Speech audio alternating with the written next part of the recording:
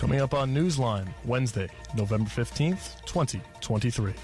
Biden and the president of China are meeting in San Francisco. The House votes to prevent a government shutdown as GOP Speaker Johnson relies on the Democrats for help. And Israel raids a Gaza City hospital in search of Hamas. In world news, heat waves across Brazil cause concern, and a political rival calls for the resignation of Israel Prime Minister Netanyahu. I'm Isaac Brendel, and I'll have all that and more later in the broadcast. In entertainment tonight, laughs, music, and friendship. I'm Ricky Huber, and I'll have all that and more for you later in the broadcast. In sports, women's basketball got back-to-back wins, and the Islanders are in Vancouver. I'm Arcangelo Irato, and I'll have all that and more in sports later in the broadcast. Good evening, everyone. I am Amber Bianchi. And I'm Peter Nicolino. We begin tonight's broadcast in San Francisco. President Joe Biden had a face-to-face meeting with China's Xi Jinping today amid talks of the world grappling with economic crises, wars in the Middle East and Europe, and tensions in Taiwan. The two leaders met at a country estate outside of San Francisco and are looking to get communication back on track after a year that saw tensions between the two nations rise. The powerful leaders kicked off talks by discussing how crucial it is for there to be a healthy relationship between the two nations, particularly as the world recovers from the global pandemic. The House of Representatives voted yesterday to prevent a government shutdown after new Republican Speaker Mike Johnson had to reach across the aisle to Democrats when Republicans chose to revolt against his plan. The newly elected Speaker's proposal to fund the government into the new year passed on a bipartisan 336-95 tally, with 93 Republicans opposing it. This was the first time Johnson had to force legislation through the House, and he showed a will to leave his right flank behind, repeating the same political move that cost House Speaker Kevin McCarthy his job just last month. In search for Hamas inside and beneath Gaza's largest hospital, Al-Shifa, Israeli troops storm the complex while newborns and hundreds of patients suffer for days without electricity. Israel faces global pressures to prove claims that Hamas had a command center in the hospital, with ongoing accusations that Palestinians are being used as human shields after encircling the area for days. Details from the raid remain unconfirmed, but both Israel and Gaza present unequal accounts of what is actually happening in Gaza City Hospital. Both Hamas and Gaza health officials deny the presence of military personnel operating in Shifa. More than 1,100 people have been killed in Gaza, according to the Palestinian Health Ministry. Another 2,700 are reported to be missing or under the rubble. Coming up after your Newsline World Report with Isaac Brendel, Rex Hugerman's estranged wife will attend his court hearing. Republicans split on a short-term spending bill, and Israel searches for Hamas in the raid of a Gaza hospital. But first, your Newsline traffic and weather update with Kenny Foreman. WRHU News Time is 5:33. Newsline. Up to the minute local traffic. Starting with weather, it's 51 degrees and mostly cloudy. The high today was 52 and the low tonight will be 32. There's a 0% chance of rain in the forecast. Now let's get the flights and traffic. At JFK, there are minor destination-specific delays. Traffic for general departure is experiencing gate hold and taxi delays lasting 15 minutes or less. There's a crash on Belt System Cross Island Parkway southbound just past Jericho Turnpike. The left lane of 3 lanes is blocked. There's an accident at Wantaw Avenue and Sarah Drives. 2 lanes are blocked, so expect delays in the area. There's a misplaced commercial vehicle on Southern State Parkway westbound between Exit 41 North, Country Road 57, and the right shoulder of Robert Moses Causeway. A vehicle overturned on I-495 eastbound at 211th Street. All lanes are blocked.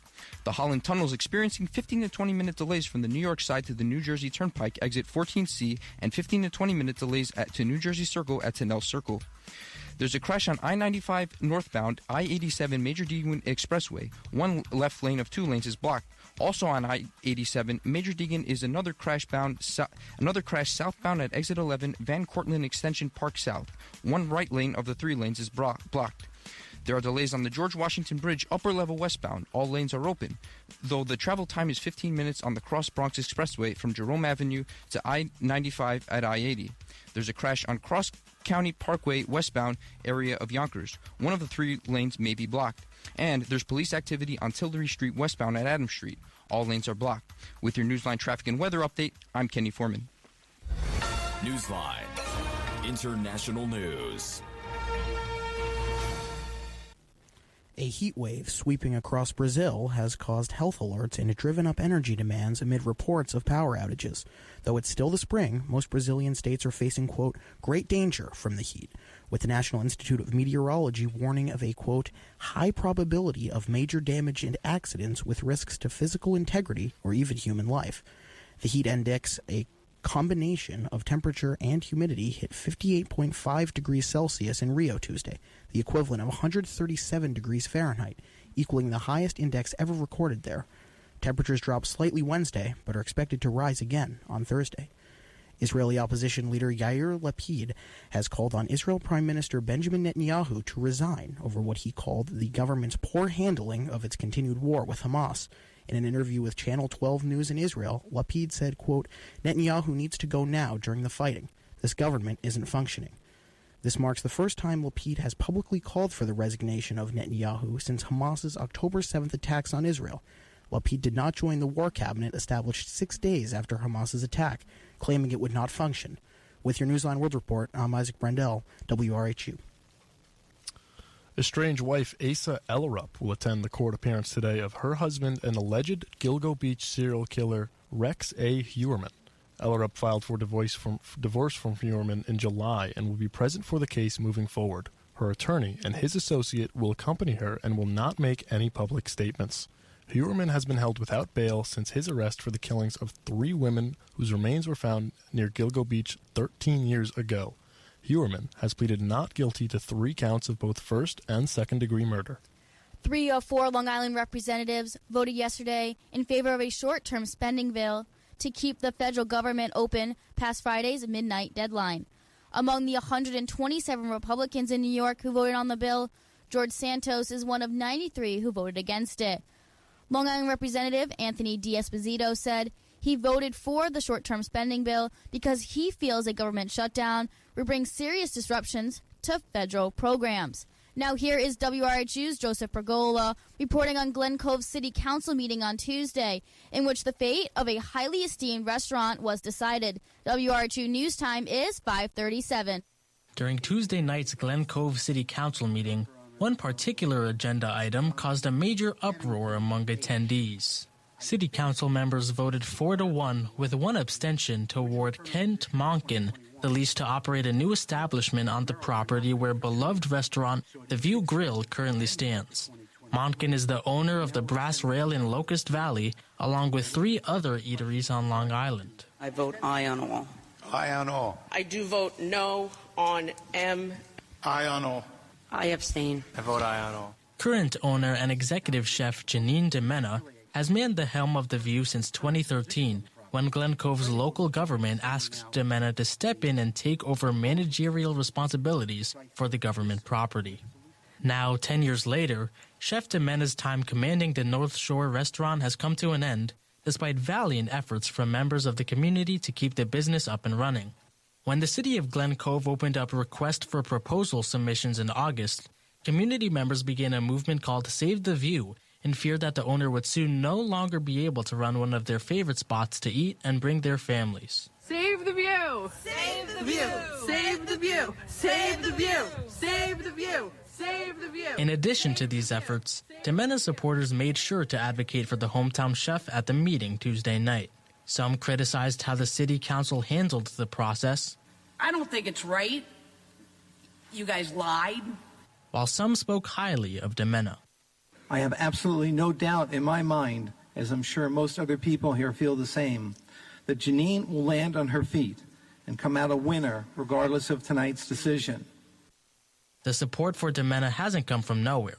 The Glen Cove chef and business owner has spent much of her life feeding residents and giving back to the community. It's never been about money to me. It's been about community, and I've really made that my identity as being about community. So, of course, leaving Page One and coming here, it just continued here. And you want to make things affordable for people, and you want to give them a great experience without a pretentious and stuffy kind of feeling, that they can come here and they can feel like they're home. Following the council's decision, DeMena touched on her experience throughout the past few months trying to save her second home. It was a very feeling of kind of like almost like a paralyzed feeling. You couldn't go forward. You weren't able to, book any events past a certain time. I think it was completely handled poorly. I think that there's a total disrespect and disregard for myself and my employees. Now that the decision is finally here, everyone's wondering, what's next for the restaurateur? Well, here's her answer.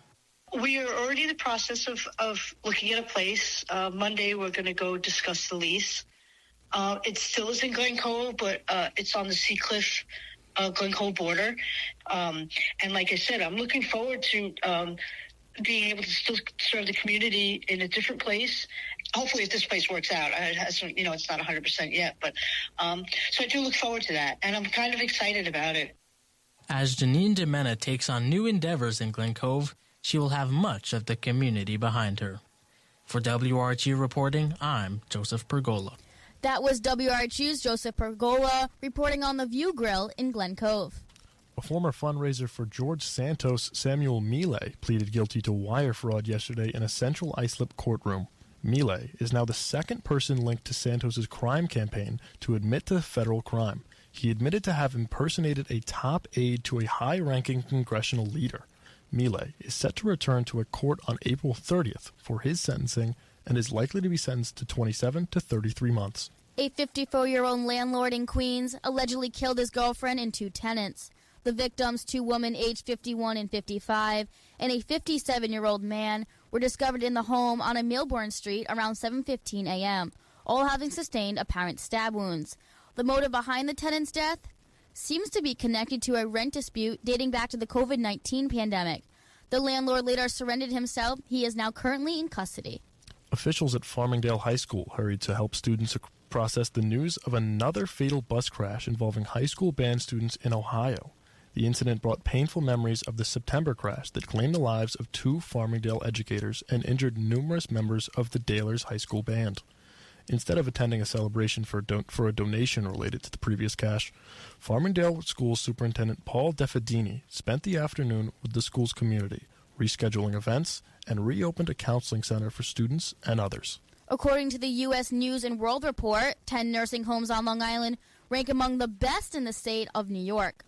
According to a report released yesterday, 56 nursing homes are considered high quality. The state's top nursing homes were ranked off of the results of the state-conducted health inspections, nursing staff, and the quality of medical care. The nursing homes were also judged from data on resident care and the quality of life. The victim of a house fire on Long Island Monday afternoon has been confirmed as 69-year-old Thomas Johnson. Homeowner Johnson and his daughter were in the Casco Bay house on Monday when a fire broke out at 2:30 p.m. According to Long Island Fire Chief Will Tierney, the last thing Johnson did was get his daughter to safety. A Melville woman voiced criticism against a Suffolk County judge for presenting a plea deal that offered a sentence 3 years below the maximum to the teenager who murdered her son in 2021. Erica Rimmer, the mother of the shooting victim, Luis Cameron Ramir Hernandez, expressed her dissatisfaction, stating that the acting state Supreme Court Justice Karen Kerr should not have proceeded with the sentencing of 16-year-old Raymond Lyons. Long Island pizzerias have raised over $100,000 for the victims of a Farmingdale High School bus crash which killed band director Gina Pelletieri and retired teacher Beatrice Ferreri. Phil's Pizzeria and restaurant owner Anthony Lardino partnered with 140 pizzerias who donated $5 for the sale of every pizza. The proceeds will be split among the victims' families, the survivors, and the school. Repair crews are working in a Hell's Kitchen parking garage in an attempt to fix two holes that led Amtrak to suspend service between New York City and Albany. The holes prompted a closure of the parking garage with vehicles still inside. Mayor Eric Adams said partial Amtrak service is expected to resume on Thursday with a full return on Friday. The Long Island Children's Museum turns 30 years old November 21st. To honor the milestone, the museum is throwing a birthday party called 3 Cheers for 30 Years. The museum will have 5 birthday-themed activity stations that visitors can see between noon and 4 p.m. on November 19th. On November 21st, the actual anniversary of the opening of the museum, they will be cutting its price to $5 per person, the original cost of admission when the museum launched in 1993. Research teams from 5 different universities, including Stony Brook, have been given a near $4 million grant from the National Institutes of Health to study healthcare disparities among Latinos in low-income immigrant communities. These research teams will study why certain legal hurdles make Hispanics more vulnerable to certain medical issues. Coming up, your Newsline Entertainment Report with Ricky Hubert. But first, your traffic update with Kenny Foreman. WRHU News Time is 5:45. Newsline. Traffic. There's a minor accident on Wantagh Avenue. There are traffic signal repairs on Northern Boulevard, New York 25A, both directions at Port Washington Boulevard, New York 101, Searingtown Road. South Hillside Avenue is closed due to construction. There's also bridge maintenance and guardrail repairs being done on I-495 westbound between Exit 63 North Ocean Avenue, County Road 83, and Exit 61 Patchogue, Holbrook Road. Exits 63 to 64 are closed due to construction. There's police activity on the I-495 East HOV lane. There's construction on Sunrise Highway, New York 27 eastbound between Thomas Place and Lakeview Road. I-678 South Van Wyck Expressway, Kennedy Airport, Belt Parkway East is closed for construction. With your Newsline traffic update, I'm Kenny Foreman. Newsline. Entertainment. It was announced that Kevin Hart will receive the Mark Twain Prize for American Humor from the Kennedy Center. Kennedy Center President Deborah F. Rutter said in response, quote, "We express our gratitude to Kevin for enriching American culture and look forward to celebrating his exceptional career. A career that has spanned 3 decades, beginning in the Laugh House of Philadelphia, where Hart would appear on stage under the name Lil Kev as a teenager. He claimed that the early years were met with miserable failures, to the point where a piece of chicken was thrown at him on stage. Now his films combined have grossed more than $4.23 billion in global revenue. Hart will receive his prize on March 24th, with the ceremony airing at a later date." Dolly Parton's rock album Rockstar comes out on Friday. The album is Parton's way of expressing a gratitude of sorts for being inducted in the Rock and Roll Hall of Fame. Feeling that she didn't deserve the distinction at first, explaining that it felt wrong, quote, "to be considered when there were so many great rock artists that are not even in the Rock and Roll Hall of Fame." But Rockstar has lots of hits with some rock greats, including the Beatles. Hey, New York! It's so cool to be back here on the last night. Paul McCartney came in and helped sing with Parton on her cover of Let It Be, and Ringo Starr played drums. After hearing that Starr was working on a country album, Parton responded, quote, "I'll definitely do some country singing for some of the rockers going country." And what's next for Parton? She responds, "I'd like to do an R&B album and blues. I'd love to do a blues album too." And finally tonight, the cast of the NBC sitcom Friends remembers one of their own, with Jennifer Aniston writing, quote, "Having to say goodbye to our Maddie has been an insane wave of emotions that I've never experienced before." As Courtney Cox adds, quote, "I am so grateful for every moment I had with you, Maddie, and I miss you every day." David Schwimmer posting a picture of him and Perry writing, quote, "Now it makes me smile and grieve at the same time." And Matt LeBlanc in a message to his late friend saying, quote, "Spread your wings and fly, brother. You're finally free. Much love." With your Newsline Entertainment Report, I'm Ricky Hubert, WRHU. According to the Bureau of Labor Statistics data released yesterday, the Consumer Price Index rose 3.2%, which is down from the previous 3.7%. This is the slowest annual rise since March 2021. The U.S. consumer price inflation has reportedly cooled more than expected after rising for the past 2 months, sending shocks sharply higher than ever expected. A Michigan judge ruled that former President Donald Trump will stay on the state primary ballot. It is the second time this week that a judge has ruled in against the removal of Trump from the state ballot under the insurrection provision of the 14th Amendment. The judge added that it will be up to Congress to decide under the engaged in insurrection section of the U.S. Constitution whether or not Trump should be disqualified. The Oklahoma Supreme Court is keeping anti-abortion laws on hold while a challenge is pending. The state's constitution voted 5-4 today to guarantee a woman's right to an abortion to preserve her life. In a case involving the challenging of 5 anti-abortion bills passed by the state's legislature, a lower court has been ordered to keep a temporary ban on 3 of them. Pro-choice activists say the Oklahoma Supreme Court's decision is welcome news, but more needs to be done to guarantee Oklahomans access to abortion care. I sat down with Dominique James, the founder and CEO of political communications agency Politics with Purpose.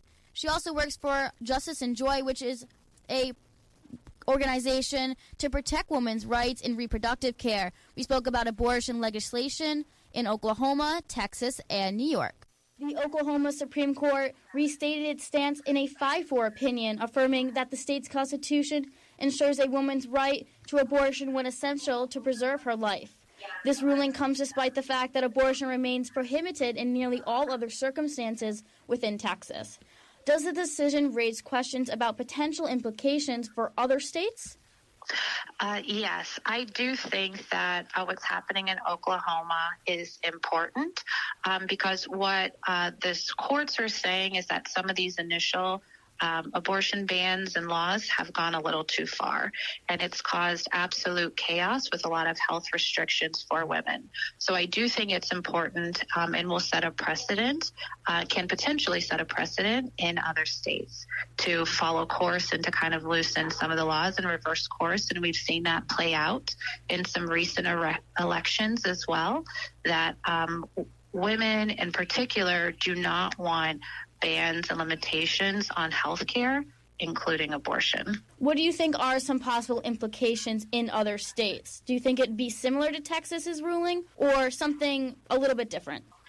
I do think, and I know Texas in particular has some of the most restrictive bans going on. I do think it can will set a precedent in Texas to loosen some of these laws and really think critically, force the legislators who shouldn't be involved in these personal and private healthcare decisions to think critically about how it's endangering women's lives. So the Texas Supreme Court is set to address a significant challenge to abortion care involving 22 women who claim the state compelled them to continue their pregnancies while putting their lives at risk. Do you believe this challenge will succeed? And if it does, do you think that it'll bring any real changes? I hope that these women win this case, and frankly, in this state, it's a very personal matter to me.